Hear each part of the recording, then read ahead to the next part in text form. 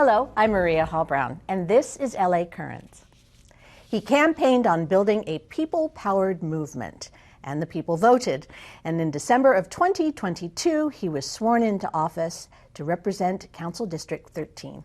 I'm delighted to welcome to LA Currents, Hugo Soto-Martinez. Hello, nice to have you here. Thank you so much, Maria. Very happy to be here. All right. You are no stranger to working hard. I mean, you go through your bio and you think, oh my gosh, the man never rests. But you were actually on track to become a lawyer at one point. What happened? Yeah, I've been working my whole life. I was working at a hotel during college. I went to UC Irvine. But a few weeks before my graduation, the union started organizing my workplace. I'd been there for 7 years. I worked there through high school and all the way through college. And it was not a difficult decision, but to try to fight and win the union, it takes 100% of your time. And so I stopped prepping for my LSAT. I stopped doing my job interviews because I felt like even I was going to be fine. I was going to graduate and have my degrees. But my coworkers, the housekeepers, the dishwashers, the cooks. So you were working in a hotel? I was working at the hotel, yes. And so I decided to join the union fight. And we won the union. We won wage increases. We got health insurance for the first time, and really the ability to just kind of stand up for yourself and not be mistreated, which a lot of people experience these days. And so it was sort of life-changing for me, and I decided I want to join the union, and I did that for 16 years. And that's the only job I had after college until now, winning this seat. So. What did you see? What was the difference you saw in those people around you that actually were able to unionize and get the benefits and the assets that being a union brought to them? What did you see in those people? Did something shift? Oh, absolutely. I mean, the thing that happens to every worker when they engage in sort of a union fight, a collective struggle, is that people are just transformed. They go from a workplace where they don't have a voice, they don't stand up for their rights, and if they do, oftentimes there's retaliation, they get written up, they get targeted. It gave people an ability to say, no, I don't agree with my working conditions, I think I should get paid more. And people just grow in their leadership, so much more self-esteem, the sense of solidarity that workers feel with each other. It just completely changes the workplace. And so I've never seen anything like that in my life. Just normal working people taking on this case, it was a corporation and winning. And so it was sort of I needed more of that. I wanted to do that more because there was obviously a lot of issues that you can apply the same logic and make the same kind of change. And so that's what I've been doing. As you said, you continued with that union, labor, political, everything, and even in campaigns. And then you made this decision to go into politics yourself. So what was the aha moment? You woke up in the middle of the night and you said, I have to do this. Or people were talking to you and you said you'd be good at it. I mean, where's the genesis of that decision? Yeah, so obviously throughout this whole time in the union, you engage in the political, different politicians to try to pass policy. But, actually the aha moment was I actually got sent to Georgia. I worked on both the John Ossoff and Raphael Warnock campaign. This was after we beat Trump. And I came back, and it's when Echo Park Lake happened, right? If people remember, there was like hundreds of police officers that were brought into the lake. More journalists were arrested that night than the entire year in the United States of America. And so I had just came back from what seemed just an incredible victory. We felt like we saved democracy. And then I come here and this is happening in the city that I love. And it didn't sit well with me. And so I felt, I do this around the country, but what about here? My community needs me. And then we saw on top of that, the homelessness crisis, the housing unaffordability. We're not acting with urgency around climate change. And I can go on. And I said, I felt we need to do the same way we won the union in my workplace, the same way we brought people together to win something. I felt that we needed to do it in District 13. And so we ran the campaign just like a union organizing campaign, and luckily we won. Okay, so there is the idealistic vision of, I can do this, something can happen, we can do change. And then there's now I'm sitting in the chair for 6 months and I'm seeing, how the machine actually operates. How's it feel? Does it meet your expectations? Are you learning, that you need to make adaptations to your idealism, or are you feeling as robust about your dreams going into the whole, council chambers as being there? Yeah, I still feel the most optimistic that I've ever been in my whole life. But the machine is real. Being an organizer and is different than governing. But I'm enjoying it. I think we have a very different council, in this term. It's probably the most progressive it's ever been. We have a mayor who just has, I think, the right vision, the right goals. And I think there's a lot more collaboration than there used to be. At least that's what I've been told by a lot of folks, right? A lot more solidarity. And so when you see that, you have to recognize that nobody ever does it alone. They do it because we're a community. And so we're trying to build that community in City Hall, I think, with the right policies. But, it is a challenge, but I still wake up every day inspired and ready to fight, and I haven't given hope. And I think we're going to make a lot of positive change. What's the learning curve in something like this? Because what you were saying is that, there is a progressive, but, we do have a mayor who has, an entire career of political background and understanding. And so she knows it from all different angles, whether it be from a national level and now local, et cetera. And, you're coming in from a different perspective, and some other council members coming in from a different perspective, and then some council members who have actually been in their seat for a long time. So what's the learning curve to understand how this class works, or we're just going to shake everything up? Yeah, I think the most challenging part has been learning the departments. We have over 40 departments. That's 40 different general managers. It's a city of over 40,000 workers, and each of them do their own thing, right? Different services, and so that is a learning curve. And I've been reading a lot and taking every report that I can.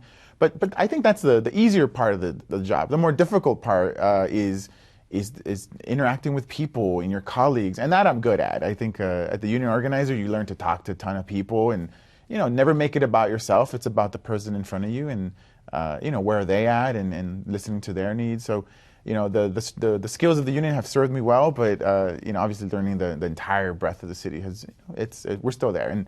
But I hear people tell me, don't worry about that, because even you could be here 20 years and you still won't know the entire city. But I'm trying to learn as much as possible. Okay, well, speaking of, talk about all those issues that you demonstrated that you were interested in solving in District 13. Homelessness, affordable housing, community safety, huge problems. How are you seeing District 13 fitting into the mayor's initiative? How is that?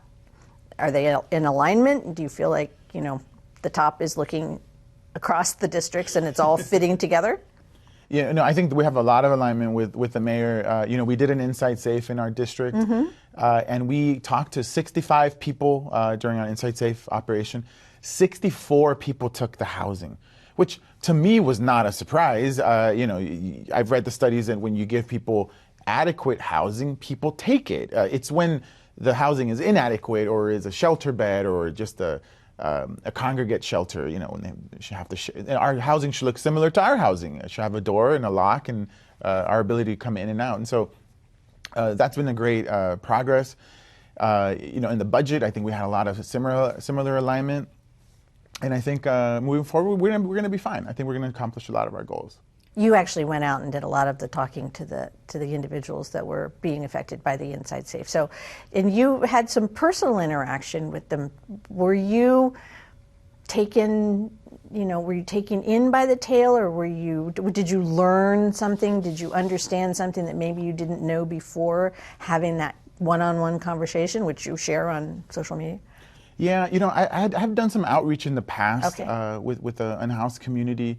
And every time you go out there, you learn of a different story. This time around we talked to, his name was Jimmy. Yes. He was from Texas, and he came out here, had a home, lost his job. All of a sudden, he's not in Texas where he's around family and friends, and one step, and then before you know it, he's been in the streets for several years.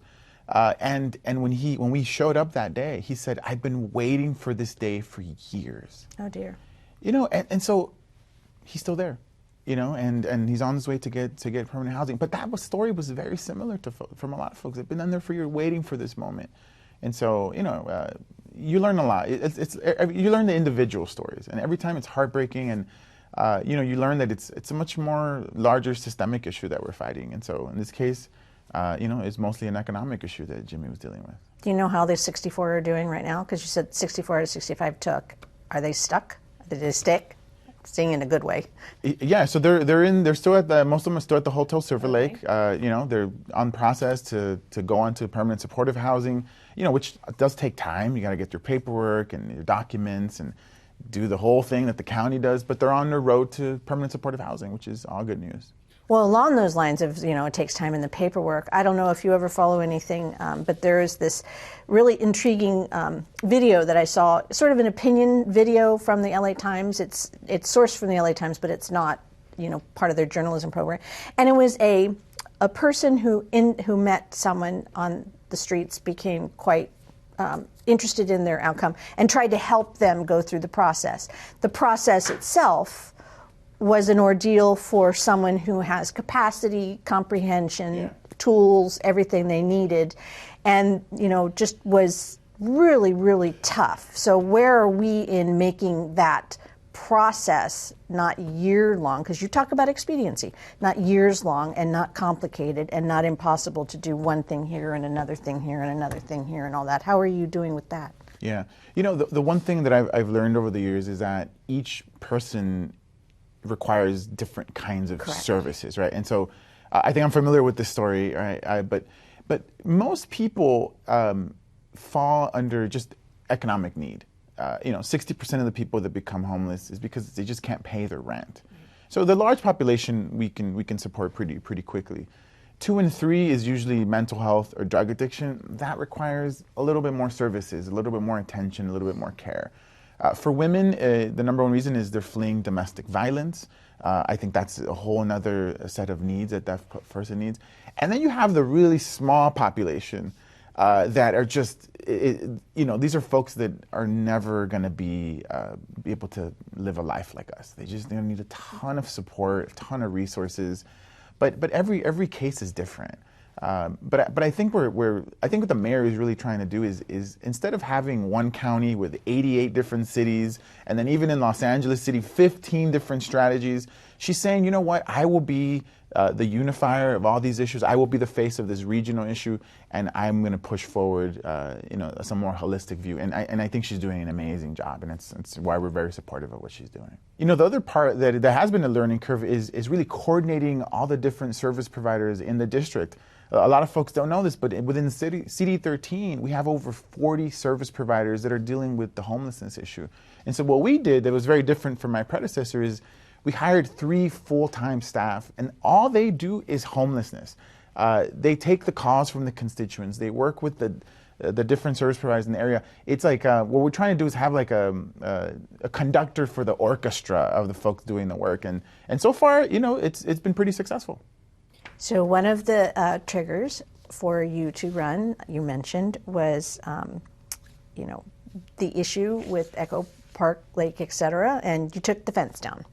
We sure did. You did. Okay. So any concerns? How is it going? Have there been safety issues? Are people moving back? I mean, where does it stand right now? Is it a healthy place for people to enjoy from all walks of life in Los Angeles? It absolutely is. If you haven't been to the park since the fence was taken down, I hope folks can go and check it out. It was a lot of preparation. We got a lot of pressure. Take it on day one, but that would have been irresponsible. We met with service providers, stakeholders, community leaders, even the unhoused, someone that used to live at the park. And we said, how can we make sure that we don't have to divide people, right? That because the narrative out there was the fence equals safety, right? That's the narrative that was out there. And we're saying, no, we can have safety without the fence, right? And so they took a lot of work. We did 2 town halls where 240 people showed up. A lot of them were very, very passionate about the positions. But, we took down the fence. Nothing has happened. And in fact, the people who wanted to keep the fence up are now part of our group to make sure that it's successful. And so this is the sort of organizing skills, right? Like people being vocal about a position that I had wasn't personal.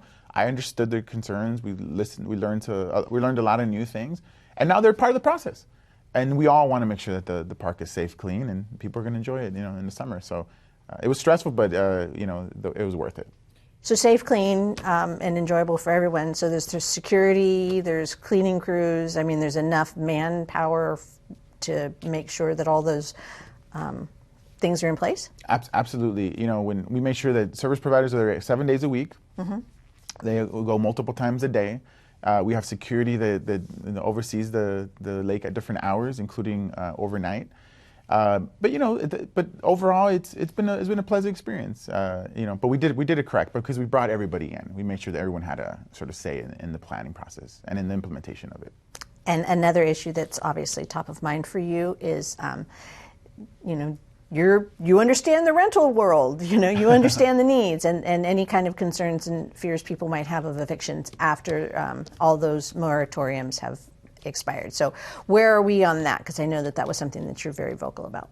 Yeah, so I'm probably the only renter in city council. And it is a concern. We get these calls all the time. Evictions are going up. Now, luckily, we passed 3 historic renter protections that will help folks, and there's many more that we want to pass. For one that we should absolutely have is if someone is being evicted or going through eviction proceedings, that they should have an attorney. The landlords, most of the time, they have an attorney. Sure. And so when you go, it's not going to be a fair fight. And in New York, where they implemented this, found that over 80% of the folks that had an attorney with them were not evicted.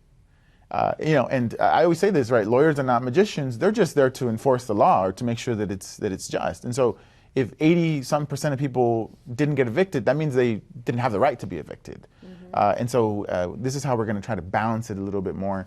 But to get to truly affordable housing, housing affordability in the city, we've got to really look at different kind of models that put the ownership into maybe land trusts or social housing, or using our vacant land to do 100% affordable, for 99 years. But we got to do it all. But luckily, we've been part of a new charge that protects renters here in the city, which are the majority of the voters in the city of Los Angeles. Is it by choice, by the way? You rent by choice, or you just didn't find a house you wanted? Oh, it's definitely not a choice because housing is incredibly expensive. Yeah. I mean, look, this is an example I use all the time. My parents were street vendors. They sold fruit on the street. They were able to save little by little, and they bought a house. They bought a house in South Central in the 90s.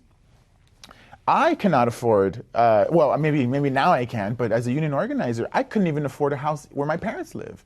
And so I was a renter, but I mean, it's over $1 million. Most places are going for that in the city of Los Angeles. And there's like a lot of factors for that. But yeah, I'm your typical millennial, that doesn't have a home ownership. No, I completely empathize, considering I have a daughter who can, and son-in-law. They're, the choices are none. That's just it. Yeah. Or we could just move to Nevada that's the other or Texas issue. Or Arizona. And that's the last thing I want them to do is to move out of state, because I like having them here. You're also dealing a lot recently with infrastructure and, the plans versus the application versus the tumultuous aftermath. That things aren't working because of the processes, and you build something, but that means the trees are being ripped out, but that means that these plans were approved 1 million years ago. I mean, so where are we there, and what are you thinking we should be doing and making it a more streamlined and city-friendly experience for renovation, infrastructure, and repair? Yeah, so the city has it's called these community plans. Essentially, if you look at the entire city, 469 square miles, it's broken up into sort of subsections. And so recently, we finalized the Hollywood community plan, which is most of Hollywood, but it has East Hollywood, a little bit of Los Feliz. The name is a little bit of a misnomer, but it's a large geographical area. It was an imperfect plan, and these plans, by the way, dictate what kind of renter protections we can put in, what kind of housing gets built, the levels of affordable housing in those plans. Obviously, this was sort of a 7-year process that was being done, and I had the sort of you can look at it maybe the luck of having to vote on it at the end, but it was imperfect, and we did pass it with some reservations, but we got commitments to improve the plan. And so we're going to look more at making more affordable housing, making it more transit friendly, adding more renter protections into it, and try to put some laws in there that sort of can reverse the effects of gentrification. And so we passed it, but you're not going to make everybody happy. I think we got grumblings on both sides.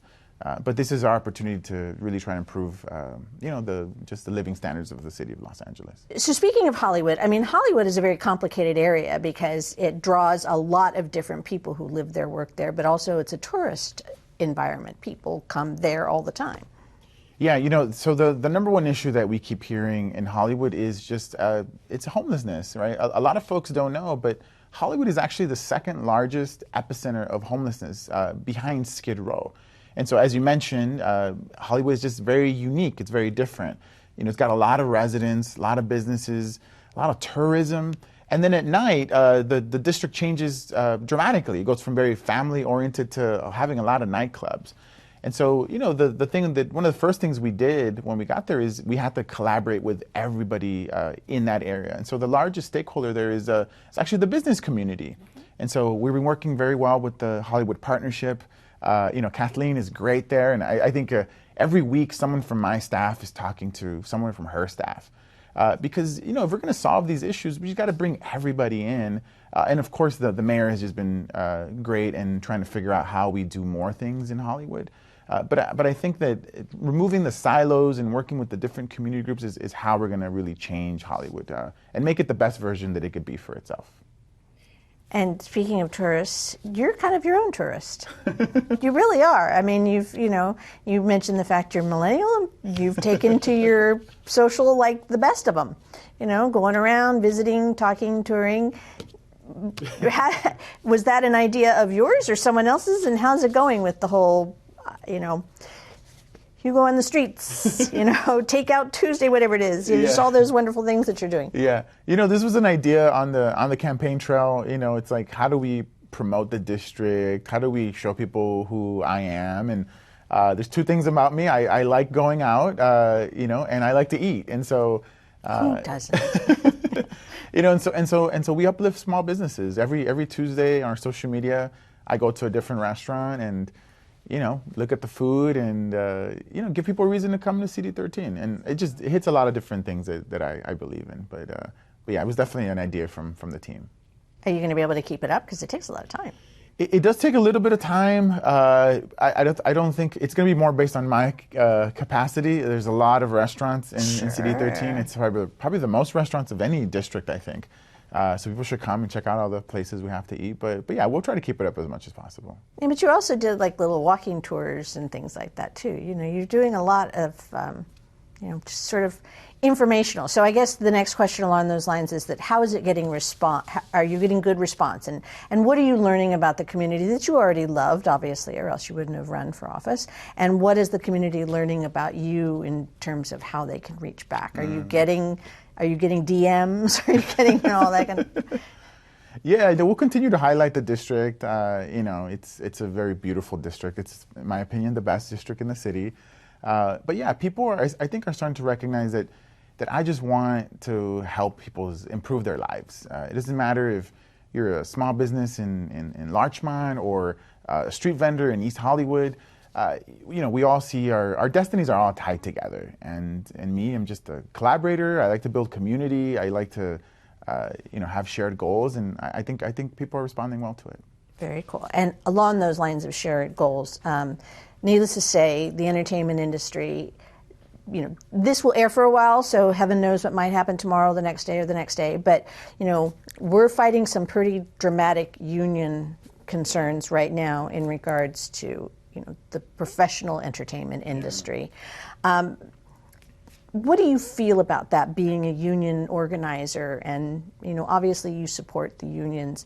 How does that impact you as a council member in the entertainment capital of the world? Yeah, this is the industry that is sort of the lifeblood of the city of Los Angeles. But we have to recognize that it's not the corporations that are the lifeblood. It's the writers, it's the stagehands, the grips, the talent, the actors. without those folks, we would have nothing. We would not be able to enjoy the shows if somebody didn't write that story down on a piece of paper. And so, to me, that's not a difficult decision. I've been on the strike line, many times with the WGA. I plan to go there today, and as much as I can support, help working people, I'll do it. Because also, what people don't show is how they're actually struggling, how the industry is changing. It used to be a very good job, but like many jobs in this country, they become more corporatized. Start pushing wages down, and so they're facing probably the most difficult contract in the history of the WGA. And so we got to make sure that when we support the working people that make these shows, we support the entire city. I also was wondering, because I meant to ask this before, your parents were street vendors, and so one of the issues is bringing the vendors back to Echo Lake Park. So I realize I'm jumping backwards, but I failed to ask that question. So how is that going? Are they coming back? Is it all working? They'll definitely be back they're still at the perimeters of the park. But we've had great conversations with them. We said we want you to come back. But we want to do it, again, in a collaborative way. And so we're working with all the different stakeholders, city departments, to make sure that when the park gets reopened for them, that everyone is on the same page about how we're doing it and why we're doing it and the values that we're doing it with. And so they've been extremely cooperative. And, I think people will see the park look the way it looked many years ago. Street vendors were there.